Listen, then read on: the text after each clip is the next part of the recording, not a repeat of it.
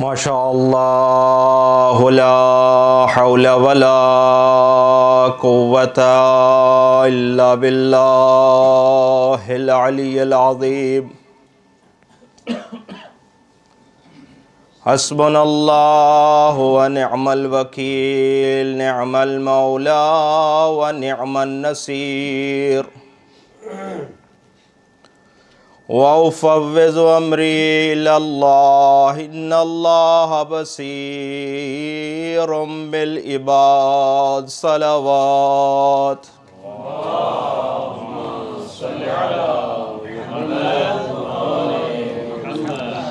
الحمد للہ الذی جعلنا من المتمسکین بولایت علی ابن ابی طالب علیہ السلام الحمد للہ الذی جعلنا من الباقین علی مصاب الحسین علیہ السلام الصلاة والسلام على أشرف الأنبياء والمرسلين خصوصا على سيدنا ومولانا أبي القاسم محمد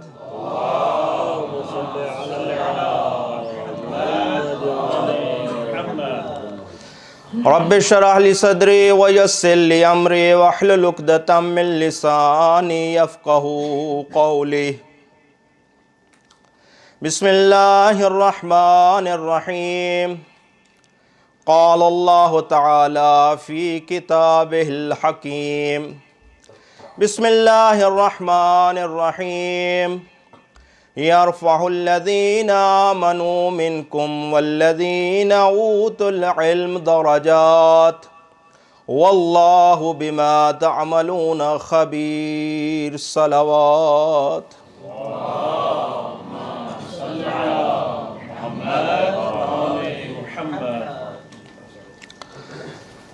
عزاداری سید الشہداء علیہ السلام، آپ احباب جو شرکت فرما رہے ہیں، خداوند متعال آپ کی اس عزاداری کو قبول و منظور فرمائے، اور یہ پرسہ جو ہم جناب سیدہ سلام اللہ علیہا کی بارگاہ میں پیش کرتے ہیں، امید کرتے ہیں کہ جناب سیدہ ہمارا یہ پرسہ قبول فرمائیں گی، لیکن اس کی قبولیت کے لیے ایک شرط جو ہمارے ذہن میں رہنی چاہیے، وہ شرط یہ ہے کہ یہ عزاداری خالصتاً لوجہ اللہ ہونی چاہیے۔ اس میں ایک نقطہ جو سمجھنے کی ضرورت ہے وہ یہ ہے کہ عزاداری ہماری محتاج نہیں ہے، ہم عزاداری کے محتاج ہیں۔ ہماری بقا کے لیے عزاداری ضروری ہے۔ اگر کوئی یہ سمجھتا ہے کہ میں نہیں ہوں گا تو یہ عزاداری نہیں ہوگی، یہ بہت غلط سوچ ہے۔ ہم نہ تھے تو یہ عزاداری تھی، ہم نہ ہوں گے تو یہ عزاداری ہوگی۔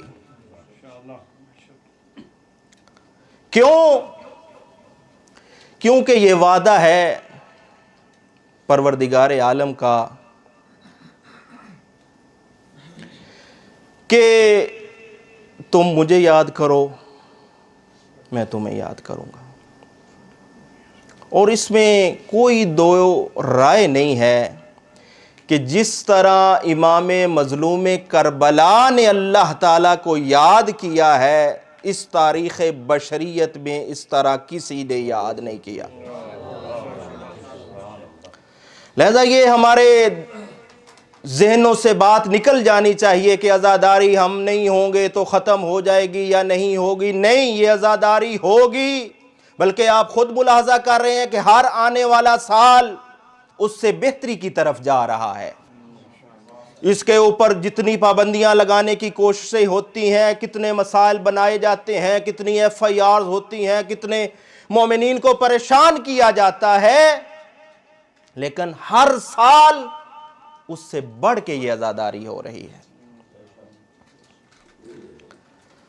اس عزاداری کو فقط اور فقط ہماری جو ذمہ داری بنتی ہے وہ یہ بنتی ہے کہ اس عزاداری کی بقا میں اور اس کی ترویج میں ہمارا حصہ کتنا ہے.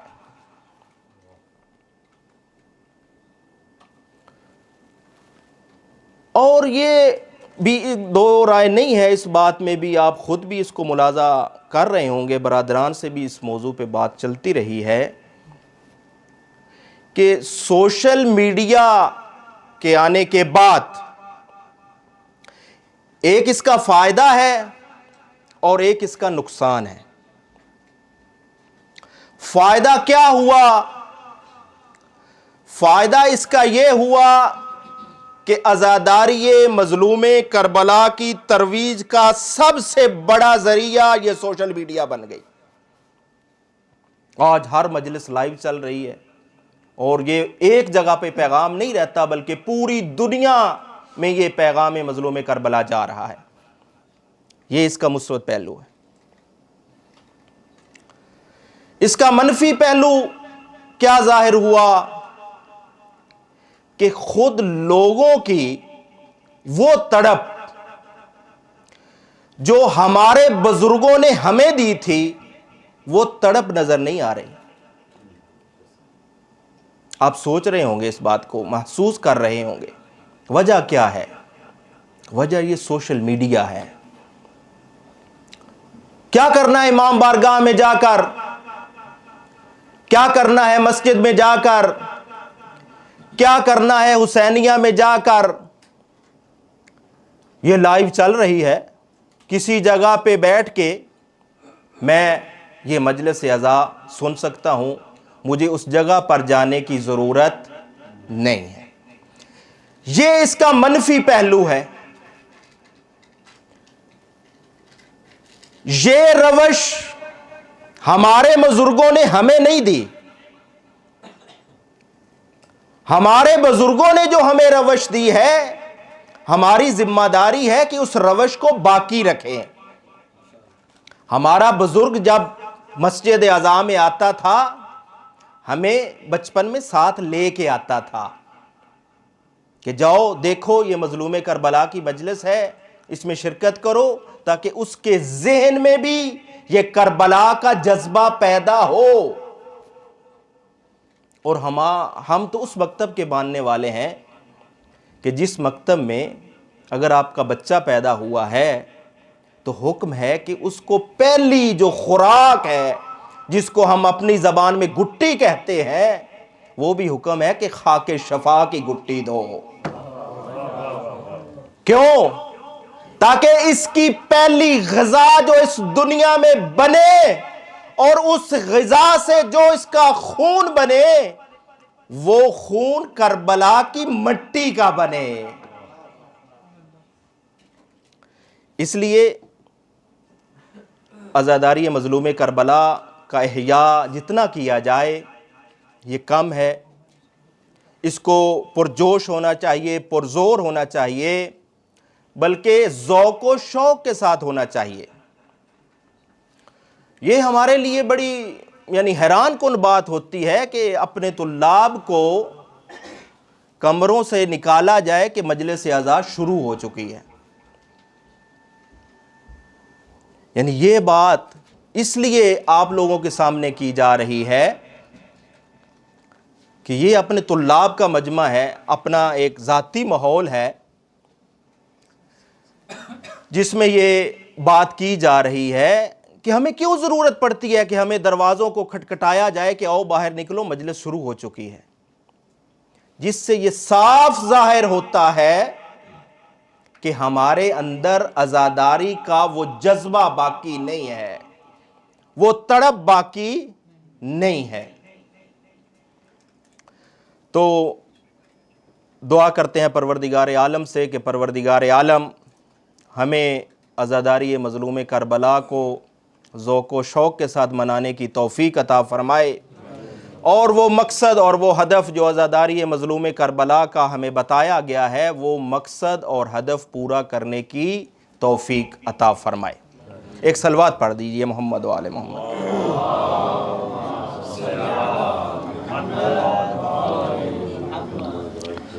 نعرہ تکبیر، اللہ اکبر، نعرہ رسالت، یا رسول اللہ، نعرہ حیدری، یا حسینیت زندہ باد، حسینیت زندہ باد، یزیدیت مرد آباد، دشمن اہل بیت پہ لعنت، بے شمار۔ محمد و آل محمد صلوات۔ اللہم صلی علی محمد و آل محمد۔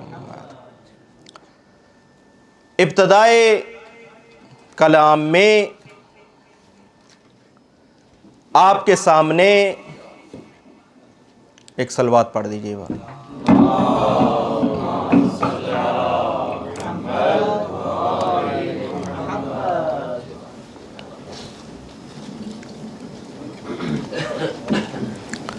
سورہ مجادلہ کی آیت نمبر 11 کا ایک حصہ آپ کے سامنے پیش کیا گیا، جس میں ارشاد رب العزت ہو رہا ہے کہ تم میں سے وہ لوگ جو صاحبان ایمان ہیں، جو صاحبان، آپ ادھر متوجہ رہے، انشاءاللہ یہ کام چلتا رہے گا، یہ نہ بھی ہوا تو چلتا رہے گا۔ تم میں سے وہ لوگ جو صاحبان ایمان ہیں، جو ایمان رکھتے ہیں، اور وہ لوگ جن کو علم عطا کیا گیا، اللہ تعالی ان کو بلند درجے عطا فرمائے گا۔ کن لوگوں کو؟ صاحبان ایمان، دوسری صفت صاحبان علم۔ یہ دو گروہ ایسے ہیں کہ اللہ تعالی ان کو بلند درجے عطا فرمائے گا۔ یہاں پر ایک سوال جو ذہن میں آتا ہے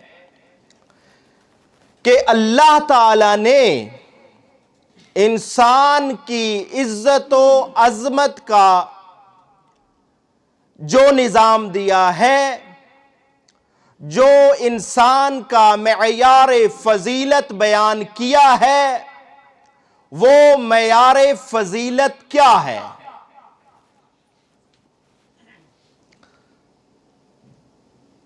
اس آیہ کریمہ کی روح سے مال دنیا، مال و دولت، یہ انسان کی عزت و عظمت کا باعث نہیں بنتا۔ بنتا ہے؟ نہیں بنتا۔ اگر مال و دولت انسان کی عزت و عظمت کا باعث بنتا تو قارون سب سے بڑا صاحب عزت ہوتا۔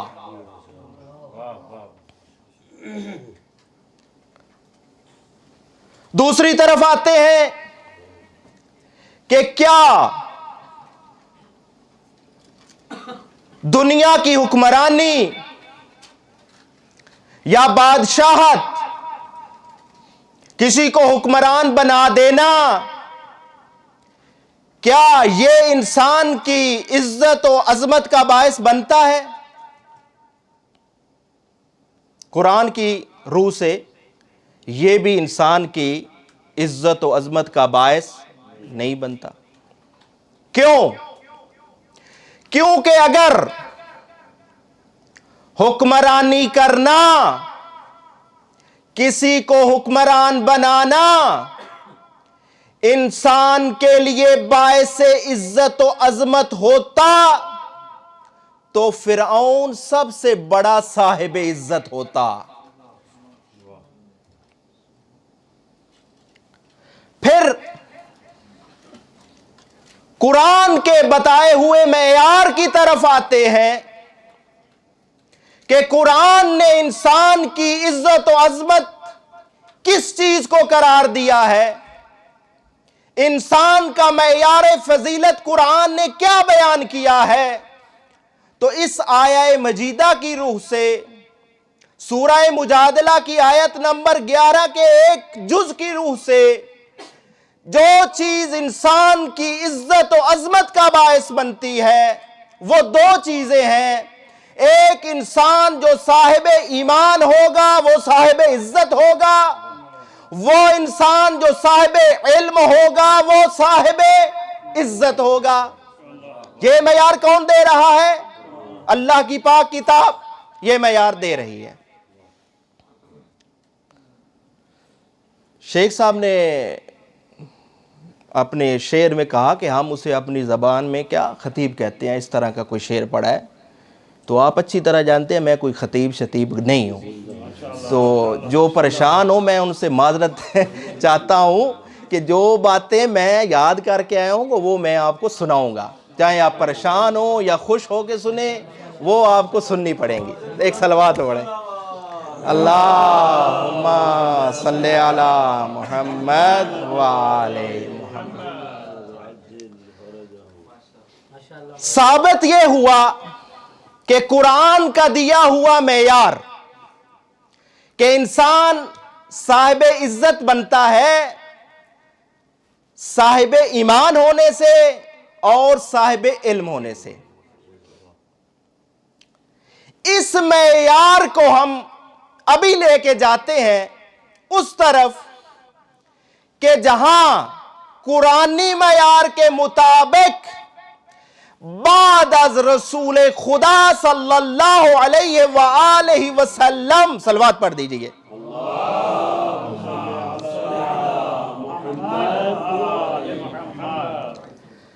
بعد از پیغمبر اسلام اس دنیا کا سب سے افضل ترین انسان کون تھا؟ ذہن میں رہے قرآن کا معیار۔ قرآن نے معیار دیا صاحب ایمان ہو اور صاحب علم ہو۔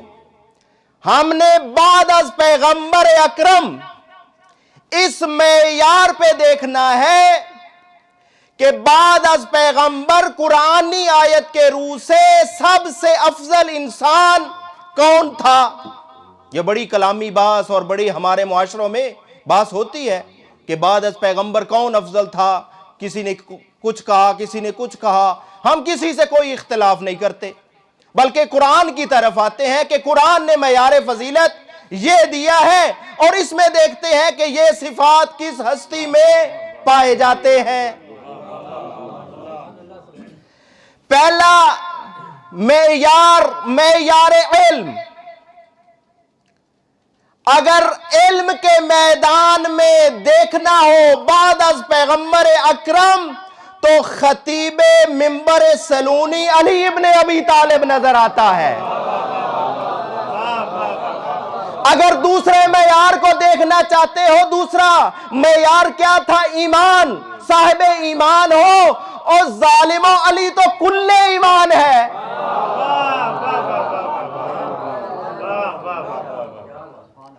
جب قرآن یہ معیار دے رہا ہے تو اس میں اختلاف کرنے کی کوئی گنجائش باقی نہیں رہتی، اور ان کے جو جید علماء ہیں وہ اس چیز کو ثابت کرتے ہیں کہ قرآن کا معیار فضیلت معیار علم ہے، معیار ایمان ہے، اور یہ دو ایسی صفتیں ہیں جس پہ فقط اور فقط علی ابن ابی طالب جیسی ہستی پوری اترتی ہے، ان کے علاوہ کوئی پورا نہیں اترتا۔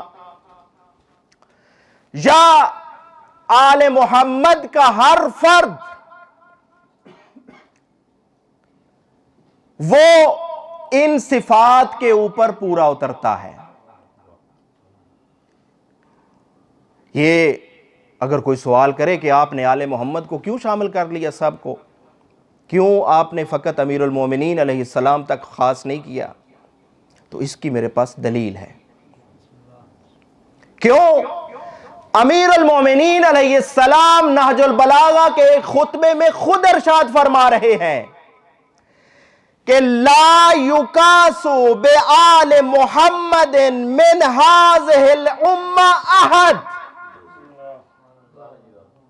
کہ تم اس پوری امت کے ساتھ آل محمد کا مقایسہ نہ کرو۔ کوئی فرد، احد کہا کہ کوئی بندہ اس امت میں نہیں ہے جو آل محمد کے ساتھ جس کا مقایسہ ہو سکے۔ اس لیے بعد از پیغمبر اکرم صلی اللہ علیہ وآلہ وسلم حضرت امیر المومنین علیہ السلام اور ان کی اولاد معصومین علیہم السلام ان صفات پر پوری اترتی ہے، اس کے علاوہ کوئی پورا نہیں اترتا۔ اگر علم کے میدان میں دیکھیں تو خود امیر المومنین علیہ السلام نہج البلاغہ میں ہی ارشاد فرماتے ہیں، جس میں مولا فرماتے ہیں این الذین زعموا انہم الراسخون فی العلم دوننا کذبا وبغیا علینا۔ امیر المومنین علیہ السلام فرماتے ہیں کہ کون لوگ ہیں کہ وہ یہ گمان کرتے ہیں کہ الراسخون فی العلم ہمارے علاوہ کوئی اور ہے۔ امیر المومنین علیہ السلام کا کلام ہے، کسی اور کا کلام نہیں ہے، خود فرما رہے ہیں۔ یہ کون ہیں وہ لوگ جو ہمارے علاوہ یہ گمان کرتے ہیں کہ ہم راسخون فی العلم ہیں؟ کہتے ہیں کذبا وبغیا علینا، وہ جھوٹ بولتے ہیں اور ہمارے اوپر جسارت کرتے ہیں۔ ان فرامین کی روشنی میں ایک بات جو ثابت ہوئی وہ یہ ہے کہ بعد از پیغمبر اکرم صلی اللہ علیہ وآلہ وسلم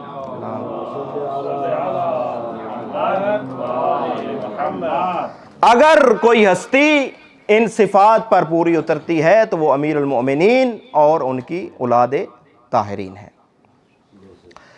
ابھی دوسرے نقطے کی طرف، اب یہ ایمان اور یہ علم، اس کے بھی آگے مدارج ہیں۔ ایمان فقط ایمان نہیں ہے بلکہ ایمان کے بھی آگے مدارج ہیں، اور یہ جو علم ہے اس علم کے بھی آگے مدارج ہیں۔ ایک روایت ہے کافی میں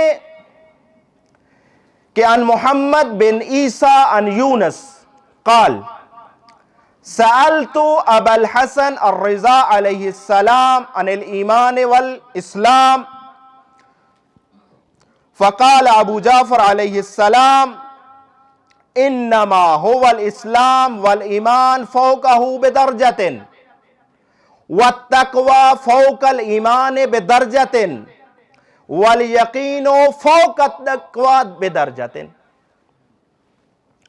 امام رضا علیہ السلام سے سوال کیا گیا اسلام کے بارے میں، تو آپ علیہ السلام نے فرمایا کہ اسلام، اس کے اوپر ایک درجہ ہے جس کو کہتے ہیں ایمان، یعنی اسلام کے بعد درجہ کون سا ہے؟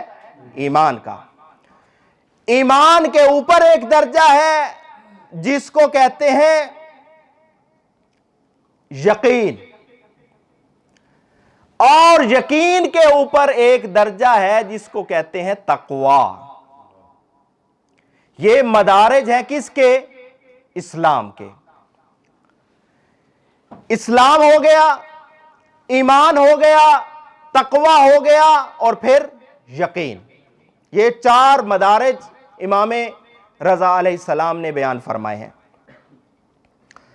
اب آتے ہیں، ان تمام کی اپنی خاص صفات ہیں، اس کے اپنے خاص احکام ہیں۔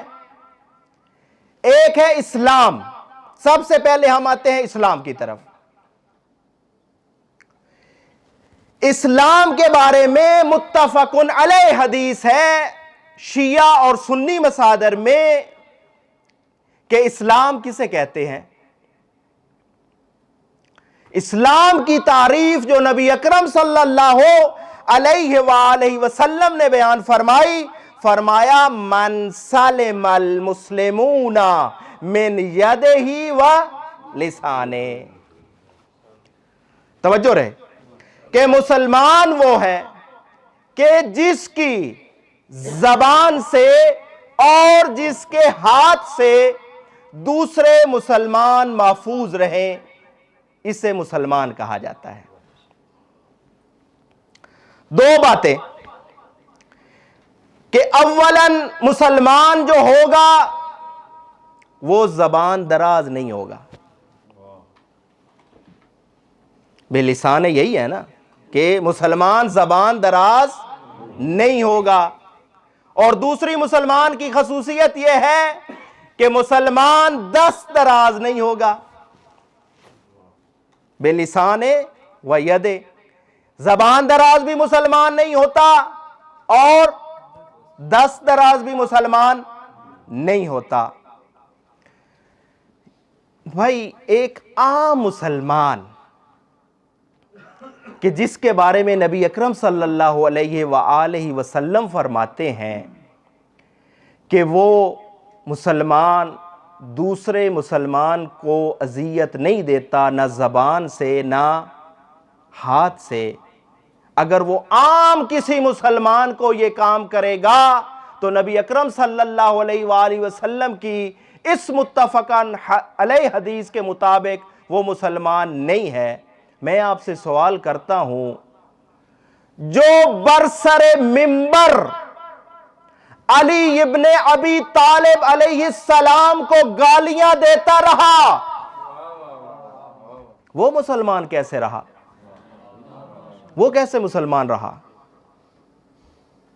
یہ ایسی تاریخ ہے جس کا کوئی انکار نہیں کر سکتا کہ برسر منبر علی ابن ابی طالب علیہ السلام کو گالیاں دی جاتی رہیں اور منبر استعمال ہوئے، نماز جمعہ کے خطبے لگے امیر المومنین علیہ السلام کو برا بھلا کہنے کے لیے۔ بھائی اگر آپ رسول اکرم کی اس حدیث کو ہی مان لیں، باقی ساری بحثوں کو چھوڑ دیں، آیا اس حدیث کے مطابق وہ گالی دینے والا ملعون یا گالی کا حکم دینے والا وہ مسلمان باقی رہا؟ نہیں رہا۔ فقط زبان درازی نہیں بلکہ اسلام ہونے کے لیے یہ بھی شرط ہے کہ وہ دست دراز بھی نہ ہو۔ کیا نبی اکرم صلی اللہ علیہ وآلہ وسلم کی آل کے اوپر دست درازی نہیں کی گئی؟ کی گئی ہے نا، سوچنے کی تو اس میں بات نہیں ہے۔ وہ دست درازی کرنے والے آج اگر اپنے آپ کو مسلمان کہیں تو کس منہ سے وہ مسلمان کہتے ہیں؟ خود نبی اکرم صلی اللہ علیہ وآلہ وسلم، ایک صلوات پڑھ دیجئے،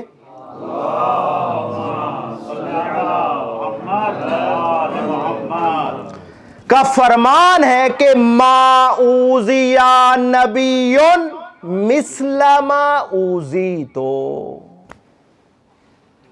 کسی نبی کو وہ اذیت نہیں دی گئی جو مجھ محمد کو اذیت دی گئی۔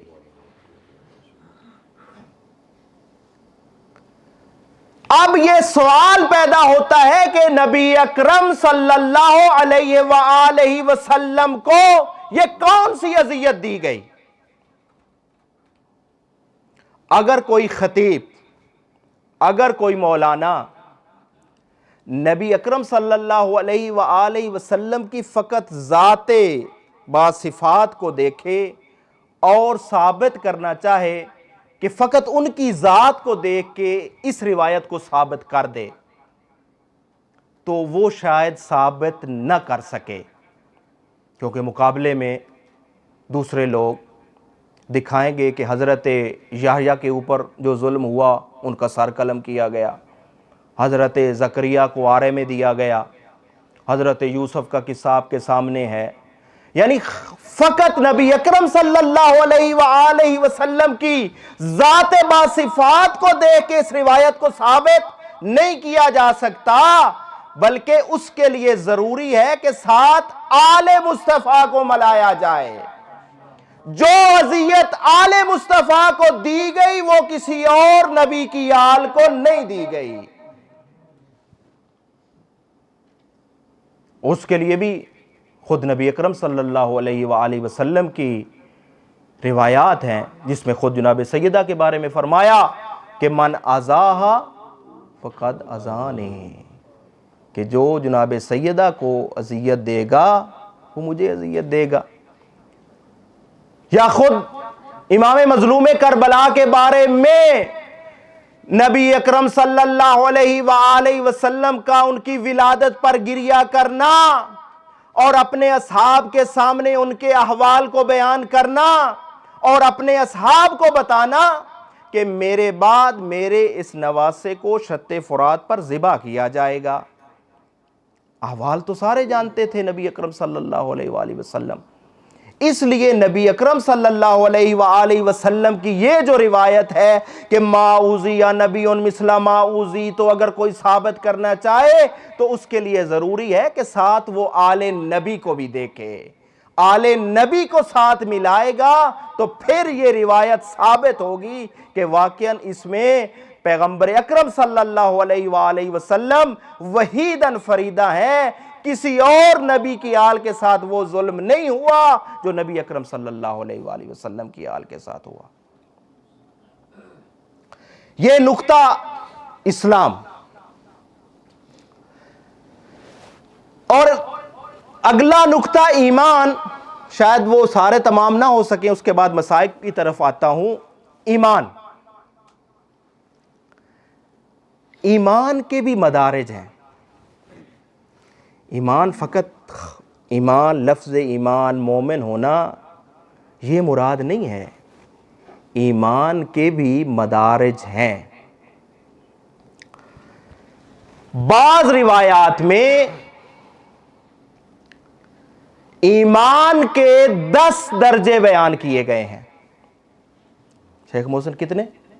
10 درجے۔ شیخ محسن صاحب کو نیند آ رہی ہے، ان کے لیے ایک صلوات پڑھ دیں۔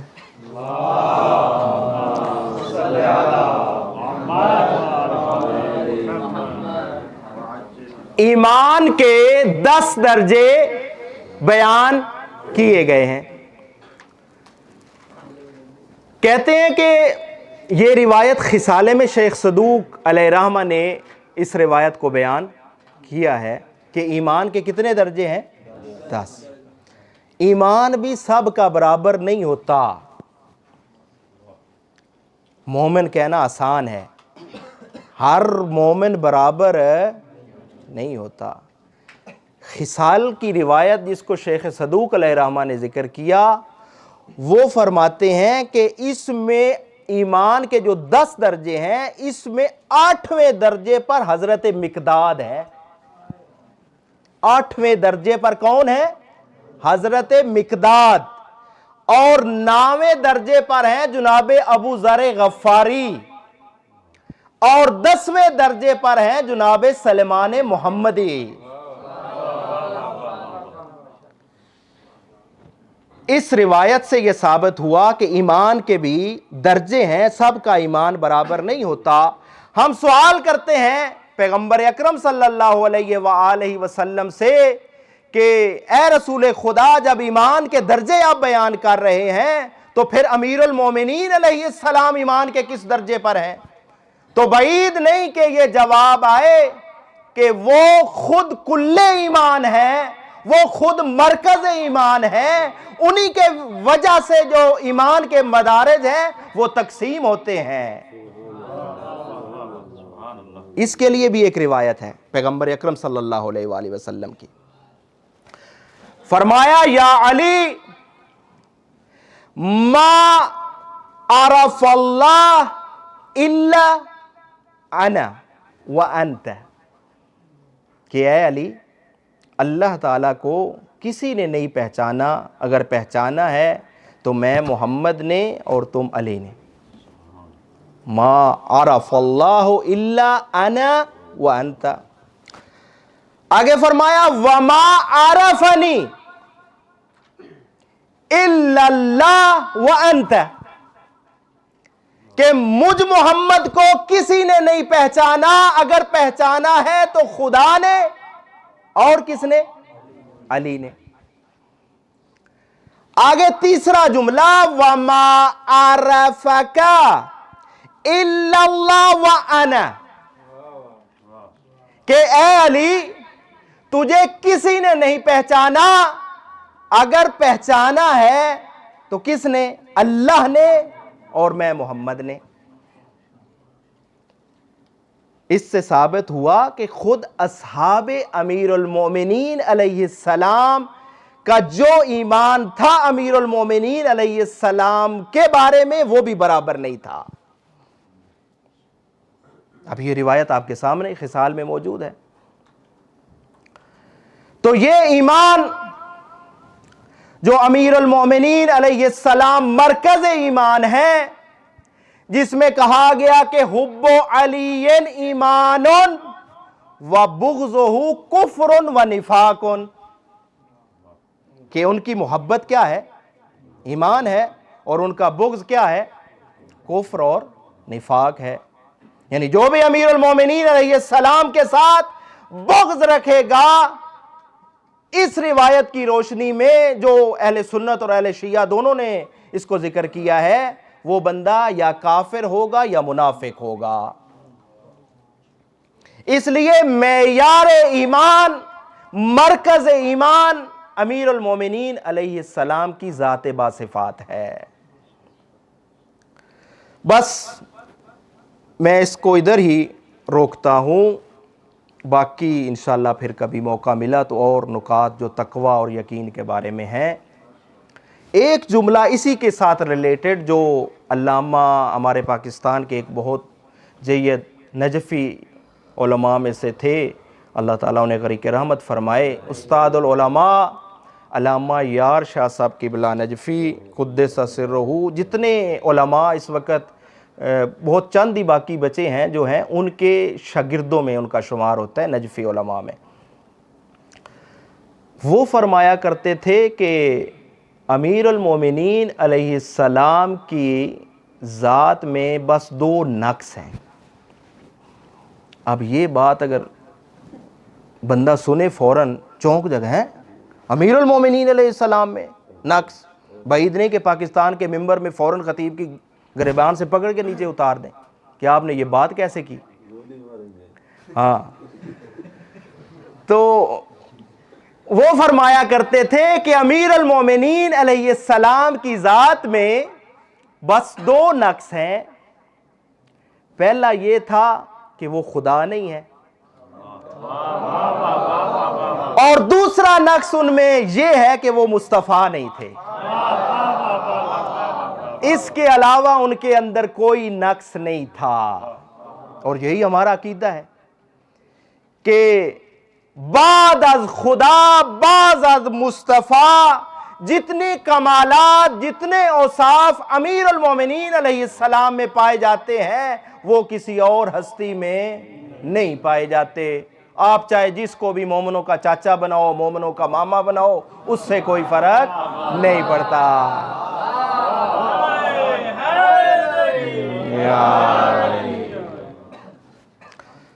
بس عزادارو،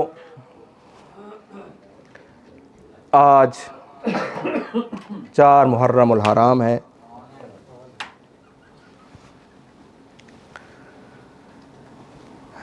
آپ لوگ ٹھنڈے ماحول میں بیٹھ کے مجلس عزا سن رہے ہیں،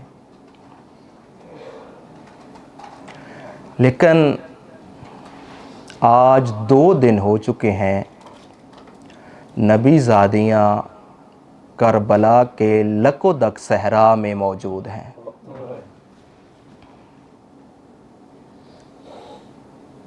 اور جب سے کربلا پہنچی ہیں یہ نبی زادیاں، پہلے بھی عرض کیا کہ جو آل نبی پر ظلم ہوا کسی نبی کی آل پہ نہیں ہوا۔ جب سے کربلا کی سرزمین پر قدم رکھا ہے نا ان نبی زادیوں نے، بار بار سوال کرتی ہیں بھیا حسین یہ کیسی سرزمین ہے کہ جب سے ہم آئی ہیں ہمارا دل گھبرایا جا رہا ہے، کیسی سرزمین ہے یہ؟ میں کہوں گا اے نبی زادیو کیوں نہ دل گھبراتا تمہارا؟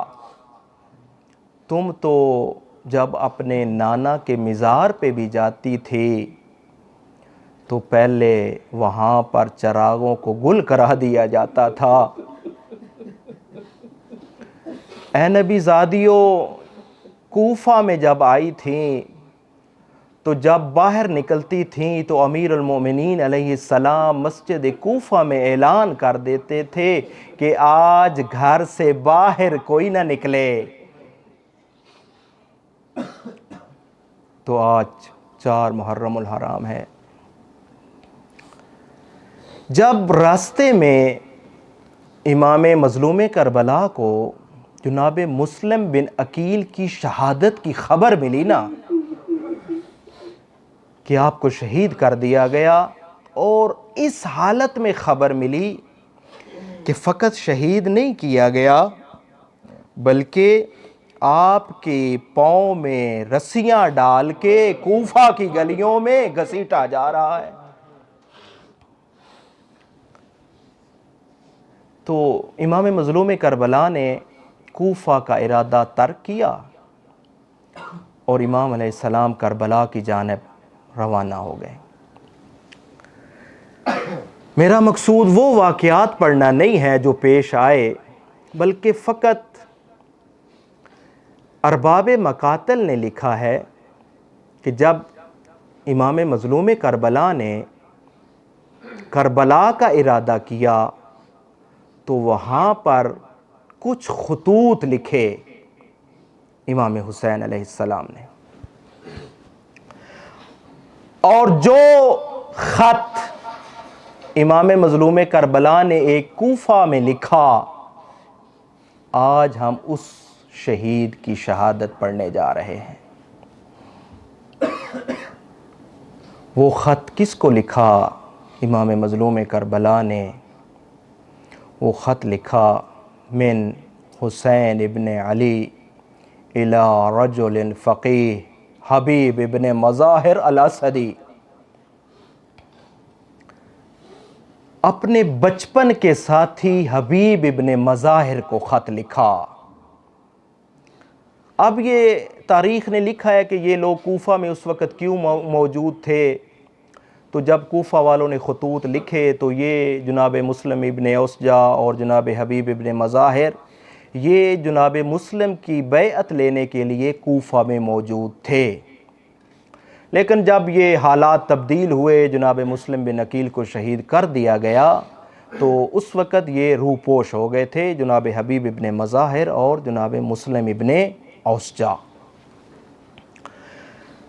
امام مظلوم کربلا نے جو مختلف خطوط لکھے، بصرہ میں لکھا، کوفے میں خط لکھا، خط لکھنے کے بعد اپنے قافلے کو روانہ کر دیا۔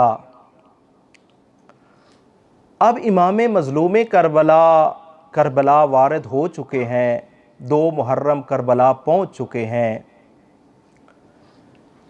اور بعض علماء یہ بیان کرتے ہیں کہ جب امام نے کربلا کی طرف رخ کیا تو بار بار کوفہ کی طرف دیکھتے تھے، بار بار۔ اصحاب نے پوچھا مولا کیوں مڑ مڑ کے کوفہ تو آپ نے ارادہ ترک کر دیا، کیوں کوفہ کی طرف دیکھتے ہیں؟ تو امام فرماتے تھے میں کسی کے انتظار میں ہوں، میرا بچپن کا ساتھی آنے والا ہے، میں اس کے استقبال کے لیے بار بار پیچھے دیکھ رہا ہوں۔ بس عزادارو یہ قاصد خط لیتا ہے، کوفہ کے حالات پرشوب حالات تھے، یہ خط لے کے کوفہ کسی نہ کسی طرح پہنچتا ہے۔ ارباب مقاتل نے لکھا ہے کہ دوپہر کا وقت تھا جب یہ قاصد خط لے کے جناب حبیب ابن مظاہر کے پاس پہنچا، اور جناب حبیب ابن مظاہر اپنی زوجہ کے ساتھ کھانا تناول فرما رہے تھے۔ کھانا کھاتے کھاتے جناب حبیب ابن مظاہر کی زوجہ جو تھیں ان کا نوالا یا لقمہ جو تھا وہ اٹک گیا گلے میں۔ یہ اس وقت ایک عربوں کا دستور تھا کہ وہ سمجھتے تھے کہ ابھی ہمارے پاس کوئی مہمان آنے والا ہے۔ کہتے ہیں کھانا کھاتے کھاتے فوراً دروازے پر دستک ہوئی، دق الباب ہوا۔ جناب حبیب ابن مظاہر نے پوچھا کہ آپ کون ہو؟ کون؟ حالات ایسے تھے فوراً باہر نہیں جا سکتے تھے۔ دروازہ کھٹکھٹانے والے نے کہا انا برید الحسین، کہ میں حسین کا قاصد ہوں۔ عزادارو، جب حبیب ابن مظاہر نے یہ سنا کہ حسین کا قاصد آیا ہے تو حبیب ابن مظاہر نے جوتے نہیں پہنے، فوراً بھاگ کے دروازے پر آئے، دروازے کو کھولا اور دیکھا سامنے حسین کا قاصد کھڑا ہے۔ پوچھتے ہیں کیوں آئے ہو؟ قاصد کہتا ہے کہ مولا نے آپ کے لیے یہ خط دیا ہے۔ حبیب ابن مظاہر نے خط لیا، دروازے کو بند کیا، خط کھولا نہیں۔ حبیب ابن مظاہر نے خط کو چومتے جاتے ہیں اور آنکھوں کو لگایا ہوا ہے خط، اور ساتھ اپنے آنسو صاف کر رہے ہیں۔ زوجہ پوچھتی ہے حبیب بتاتے کیوں نہیں ہو؟ حسین کا کیا پیغام آیا ہے؟ کہا اے زوجہ، حسین نے کربلا سے مجھے یاد فرمایا ہے اور ساتھ کہا ہے کہ اے حبیب میں دشمنوں کے نرغے میں آ چکا ہوں، چاروں طرف فوج اشقیاء جمع ہو چکی ہے، اگر تم میری مدد کو آ سکتے ہو تو یہ جملے ہیں کہ آجلاً جلدی آ جاؤ۔ اب یہ خط پہنچا جب ہے، تقریباً 6 محرم تھی جب یہ خط پہنچا ہے، اور حبیب ابن مظاہر 7 محرم کو کربلا پہنچ چکے تھے۔ اب گفت و شنید شروع ہوئی۔ زوجہ نے کہا پھر کیا ارادہ ہے حبیب؟